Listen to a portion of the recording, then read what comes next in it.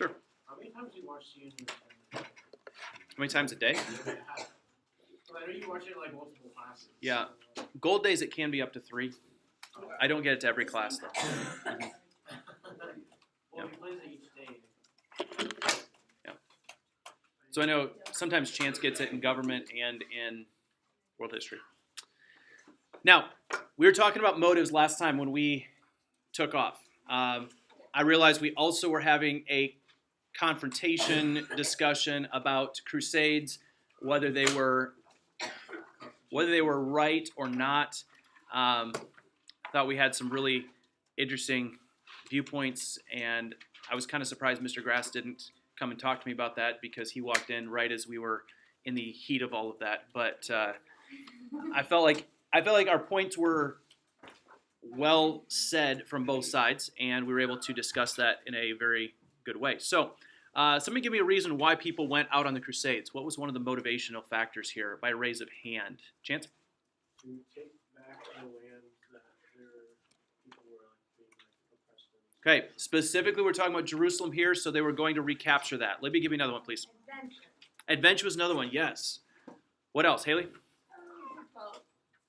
For what? Power of the Pope. Yeah, to show the power of the Pope and to show just how much strength that he had. There's another reason that we've not hit on yet, Victoria. I guess just like with their own spirituality. Okay, they were being offered something in exchange for sacrificing themselves. What were they being offered? How do you say it? Plenary? Yeah. Yes, the plenary indulgence. What did the plenary indulgence do for them? Did what, Chance? Yeah, it was your straight to heaven ticket. So you got to skip purgatory for that.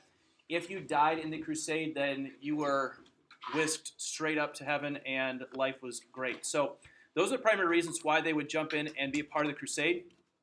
Now let's talk about some of the campaigns today. So this stretch is about 300 years, maybe 200 years, give or take a little bit there on the timeline, when they go out and they fight in these crusades. We begin here with the First Crusade. That seems like a good place to start. Possibly. So, Crusade number 1. At this point here, the Muslims had already captured Jerusalem. That's what started the whole thing. And so the Crusaders come and they break through the Muslim lines and they recapture Jerusalem from the Muslims.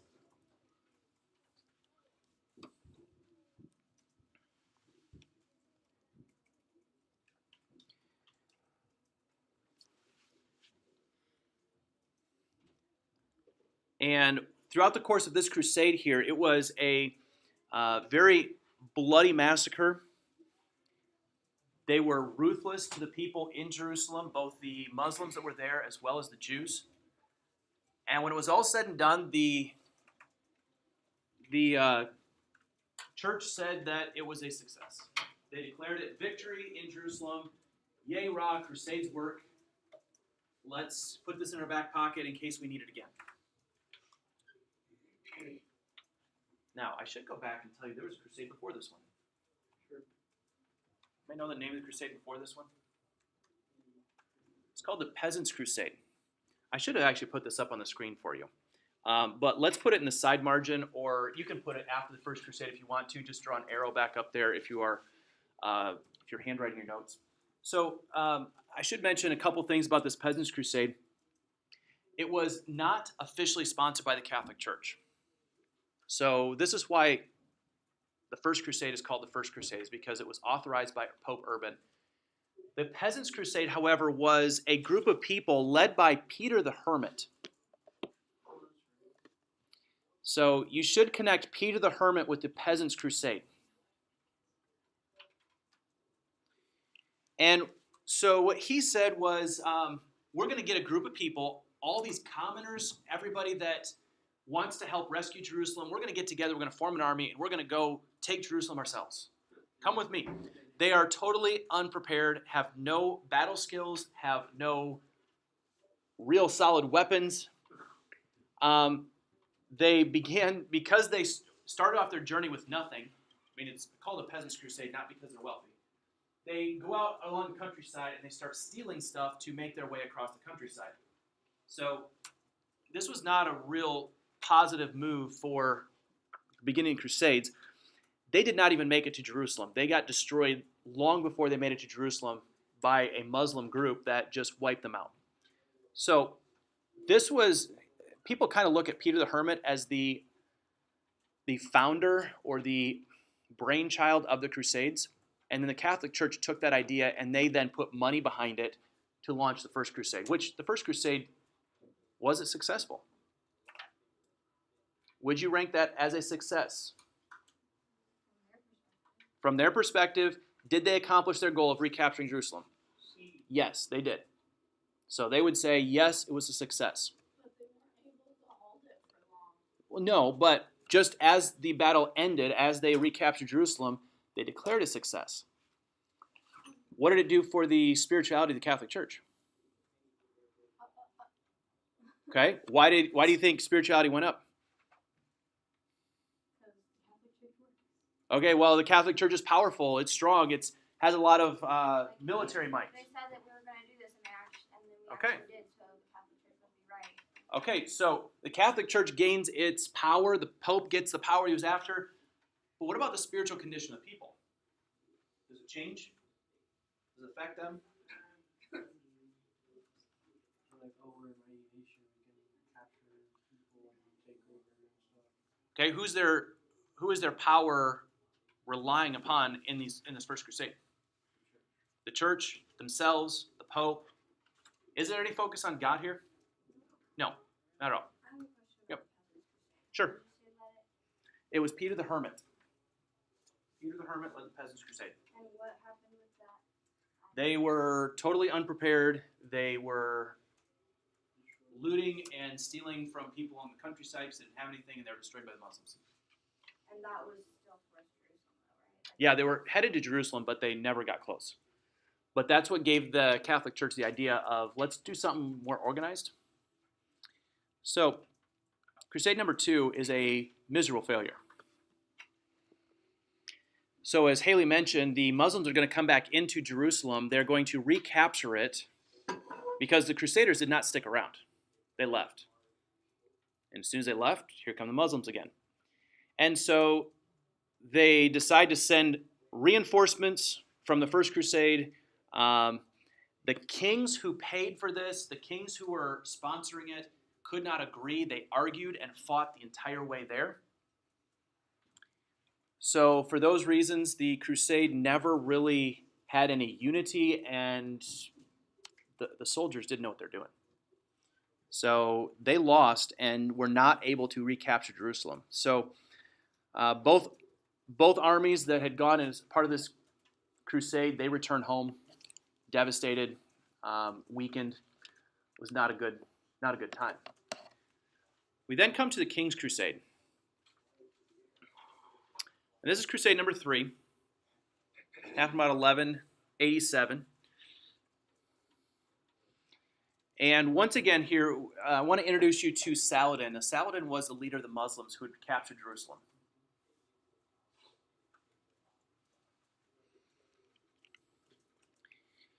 And he becomes the enemy or the face of the enemy that the Catholic Church is really trying to get rid of. And so the Pope goes to a number of kings in Europe and he puts pressure on them and says, kings, I want you to raise an army. I would love for your army to go defeat this guy Saladin in Jerusalem. Let's go back to the glory days of the First Crusade and let's see what we can accomplish. And so 3 European kings get together to organize this crusade, one of which was the King of England, Richard Lionheart, yep.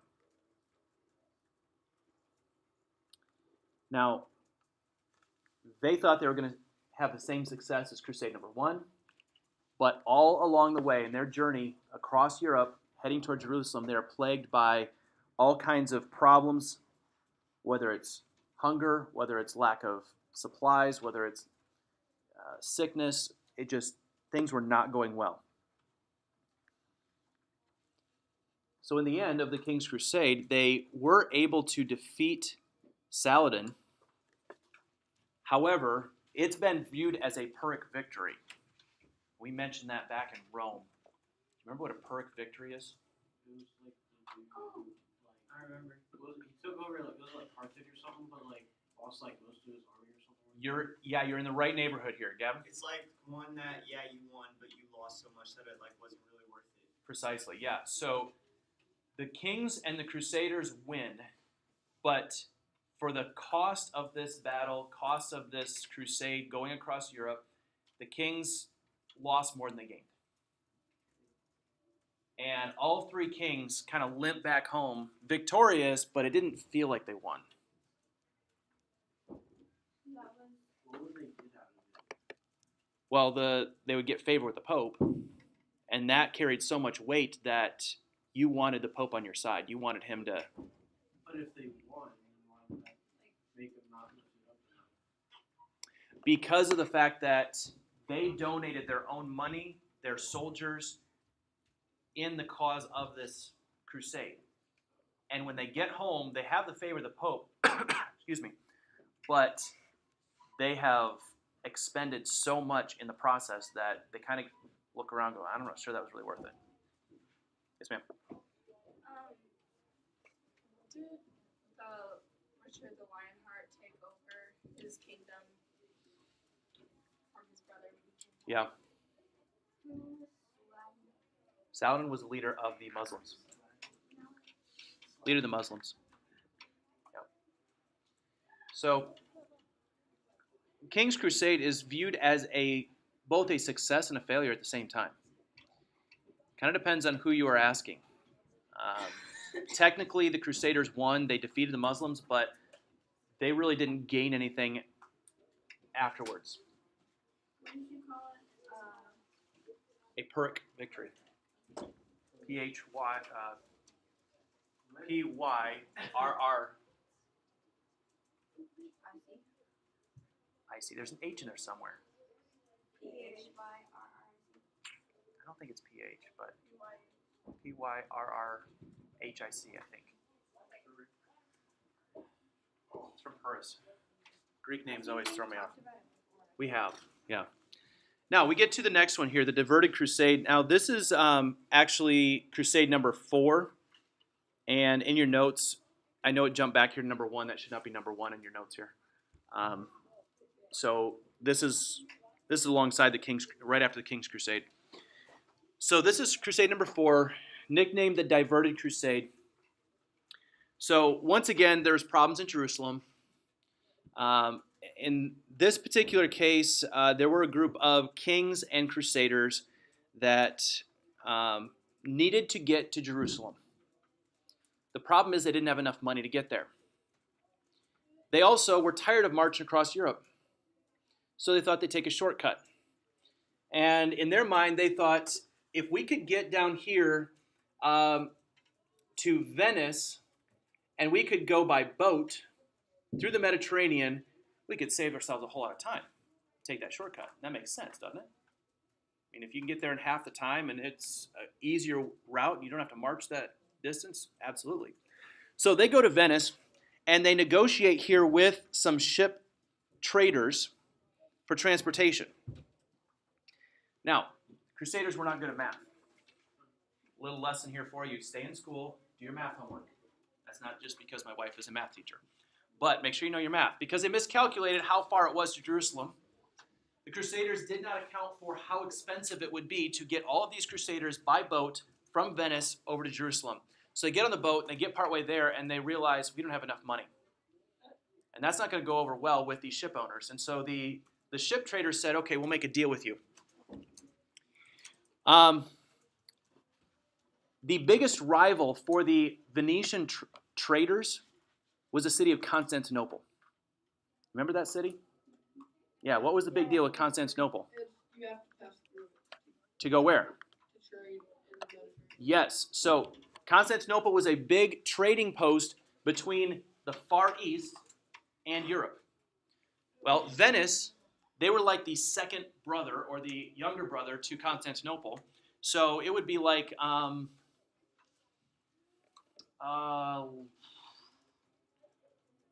okay, don't don't criticize me here, but I'm going to put Amazon as Constantinople and eBay as Venice. All right, so people go to Amazon first. It's nicer, it's more convenient, it's easier. eBay is like used stuff. Not always, I realize not always, but a little more difficult to manage, and you can't always trust people in eBay. Now, the people of Venice wanted to get at the people of Constantinople, so they said to the Crusaders, okay, you cannot pay your debt. So help us attack Constantinople, and if you help us defeat Constantinople, then we'll finish you on your journey. We'll take you to Jerusalem the rest of the way. So the Crusaders didn't have many. They did not have a whole lot of other options, did they? No. Right. I mean, it's either we turn around, we go home, or we go help them defeat the Venetian or defeat the people of Constantinople. Oh yeah, they're being used, absolutely. Yeah. I mean, but they are bothering me. Right. They had a debt to pay.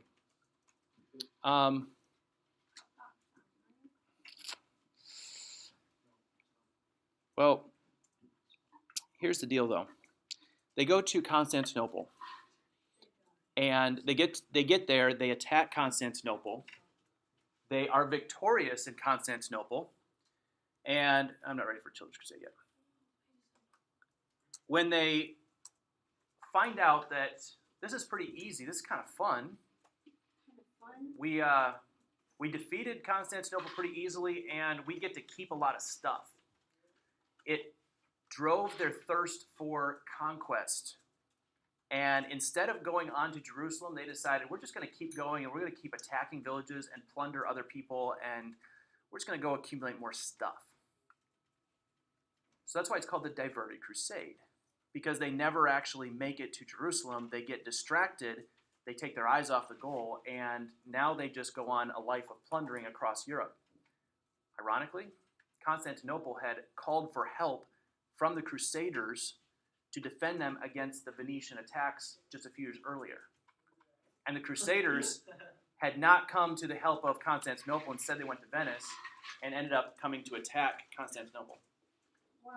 So, a little bit of bad blood between the two. So, this crusade derailed big time. Not going to get any better when we talk about the Children's Crusade. Oh my gosh. Yeah. What's in their minds? Kids. Now, Okay. Okay, but in all It- fairness, all of the adults that they probably looked up to at this point were doing this, and that's probably one of the biggest things that we talk about. oh yeah, the Crusades are a big deal. Basically, they were using each other. So, the Crusades have been going on for well over 100 years at this point. Dang, not long. People had been talking about it. What was the date I gave you? 1091 or 1092, somewhere in the 1095.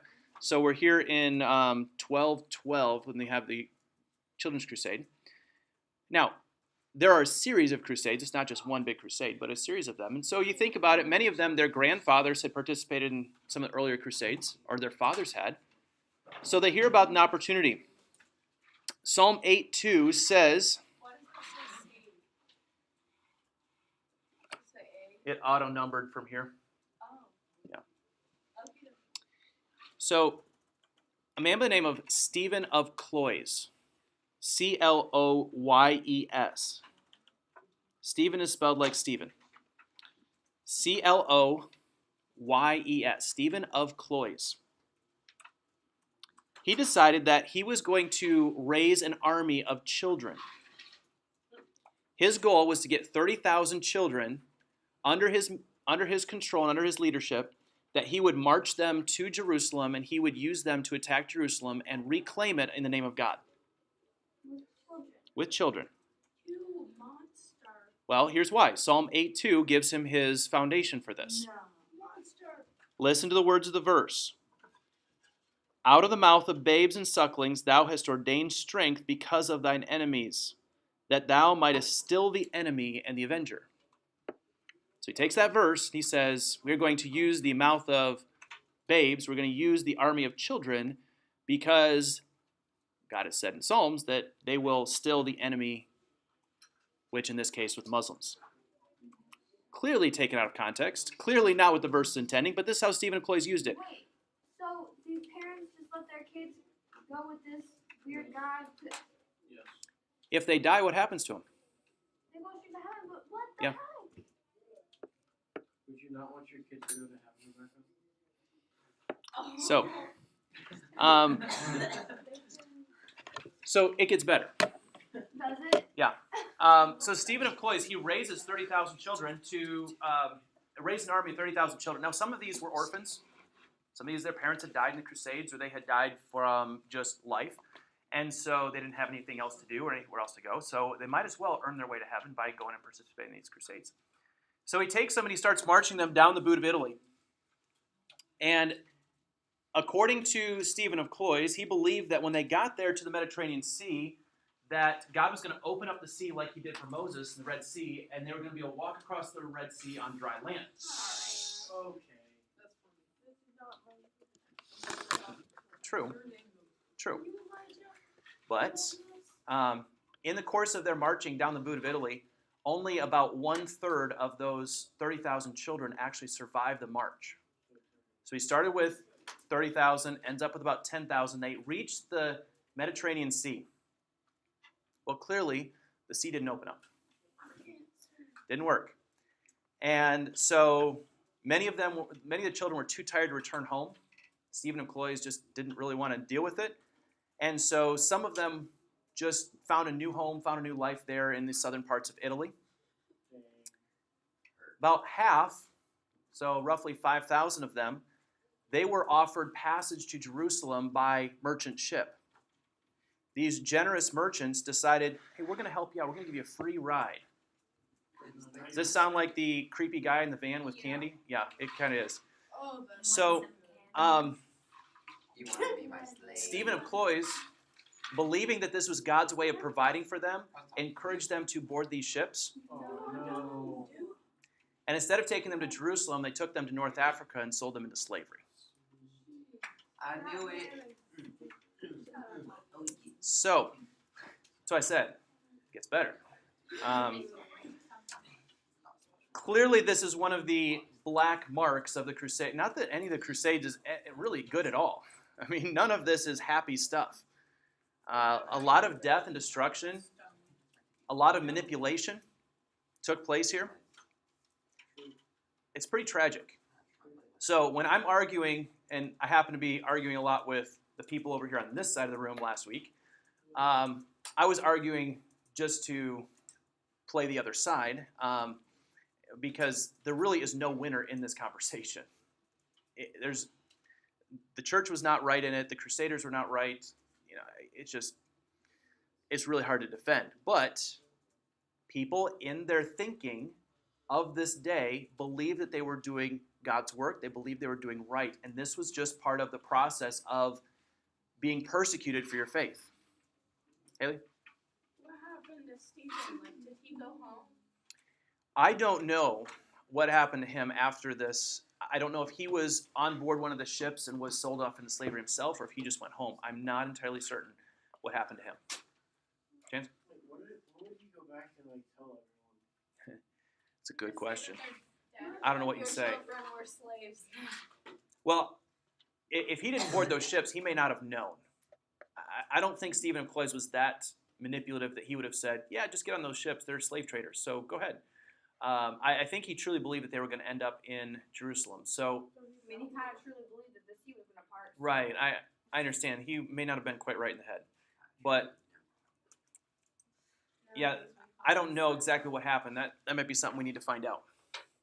So, pretty tragic and pretty sad. Let's talk about a couple of the consequences here then of the Crusades themselves. And when we look at their overall impact, ultimately they weaken the feudal structure of Europe. Why do you think that is? Why do you think that this is a true statement? Or did I just make that up?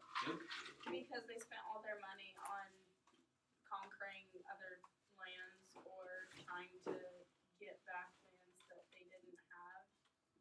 And they spent all their money on military stuff. So the people either died or were lost in war, taken as prisoners and captives. So all their people just kind of. Okay, well, I'm going to ask you this question. In the feudal structure, did they have money? No, but they used the people to Okay. use the, like to work their land. Okay. And they kind of relied on each other. Okay, so let's use the labor force. Instead of using money in that statement, let's talk about labor force and land itself. And then I think you are on the right track there. Because they are expending their labor force to where they're not going to have the people to work their land any longer. Libby, what else? Well, a lot of the people who fought, like, were part of the church, and a lot of people in the church were leaders. So through that, they lost a lot of their leaders. Okay. And the leaders probably were more than owned the land, or at least rented it. Okay, so I would say that there were a lot of people within the feudal structure that were perhaps in the upper end of the scale that would have been part of this. If you were actually at the top of the scale, you're one of the lords or the kings, you are generally not going to be going on the crusade, or if you are, you're going to be in a very safe position. You're not going to be getting killed out there. But if you are losing some of your best workers, definitely going to affect you. So the kings that don't go on the crusade, but they send out their soldiers, they send out their knights, how are they going to supply them? They have what? Not a whole lot of money, because they're going to supply them with food. Where are they going to get that food? From the people that are working their land. So they're going to have to tax those people extra beyond just the normal amount that they would get from them in the feudal system. And so we used Emily as our illustration a couple weeks ago when we talked about the feudal system. Emily's going to come back to Haley and to everybody else, Victoria and everybody else that's underneath her power. She's going to say, hey, listen, we're fighting crusade. This is God's work. So we need you to devote an extra 10% that I'm going to ship over to the Crusaders. This begins the early form of taxation in Europe, where when we do start seeing money come on the scene, now the people are already used to giving extra to the kings. They're not going to think a whole lot of it, and the kings start taxing them of their actual coinage. The kings also use this as an opportunity to grab more power. As many of their landowners have lost their land, they grab that land back up, and they're going to start putting together many different castles, many different pieces of land, forming countries. And so that's definitely why the feudal structure starts to fall apart. So was the church losing power at this point? No, not yet. The church still is very powerful. They still have a huge amount of influence over the way people think. Julie? Did like the other countries agree With who? like the Crusaders? Yeah, many of them did. Mm-hmm. Unless they were one of the countries that were being attacked, yeah. But most of them would have said, "Yeah, go get them. Let's defeat the Muslims." And then the diverted crusade and the King's Crusade and some of the ones that did not go so well, they just kind of said, "Oh, that's too bad." They didn't really think a whole lot of it. Understand that we don't have the lines of communication were not nearly as good then either, so they wouldn't have understood this until later. Crusades expanded the commercial activity of Europe. How do you think this came to be? How is this a true statement or perhaps a inaccurate statement? Rebecca? As they went and conquered more land, that means more land that they have control of and Okay. that they can use for whatever. Okay, so that's part of it, yes. How else did this help expand commercial activity? Like going out on the Crusades. Besides just acquiring land, what else happened as Crusaders moved throughout Europe? They got more things they can trade. Okay, they started picking up stuff, and they started seeing things that they'd never seen before, and they brought them back, and people said, hey, where'd you get that? That's really cool.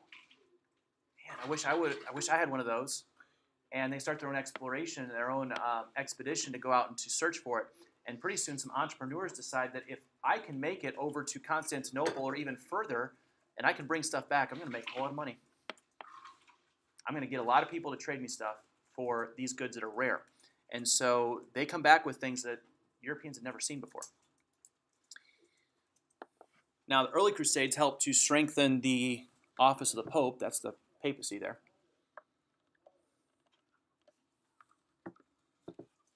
And clearly the latter crusades were not nearly as strong, and they did not do as much for the Catholic Church, but they were still strong. I mean, the Catholic Church is still strong. How do you think the Crusades opened new horizons to people of Europe?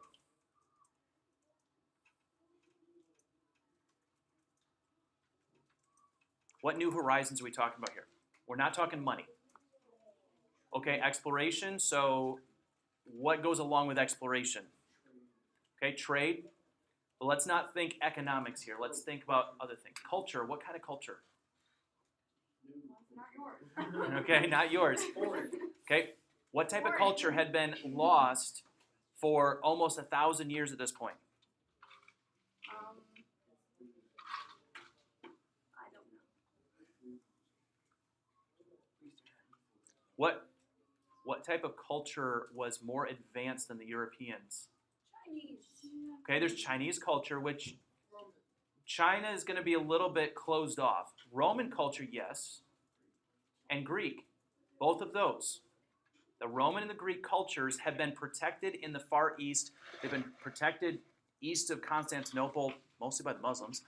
And as the Crusaders come and they interact with the Muslims, and the Muslims start quoting to them Aristotle, although I don't think that actually happened.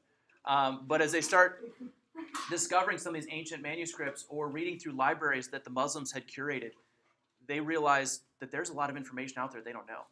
And they start bringing that back into Europe, leading us eventually to what we call the Enlightenment and the renewed interest in education. So, how about a biblical perspective? Ultimately, we come down to this, and I think this is the point that Rebecca was trying to make so desperately last week, was that there's nothing biblical about the Crusades. Nothing that we can point to and we can say this was godly, this was a representation of scriptural principles whatsoever. You just said that so simply, and I was like trying so hard to say that last week. It took like a whole Yeah. class period, and you're just like one sentence. Here you go. Yeah. That's why he's a teacher and you're a student. True. But it was a whole lot more fun going the route that we did. Yeah, that's true. So it comes down to the fact that while the Catholic Church was trying to defend it, and while they were trying to say this is for the greater good, it becomes really hard because there's really nothing there that we can defend. So we look at the way that Christ would have acted. Clearly, that would not have been the case. That it would have been this way.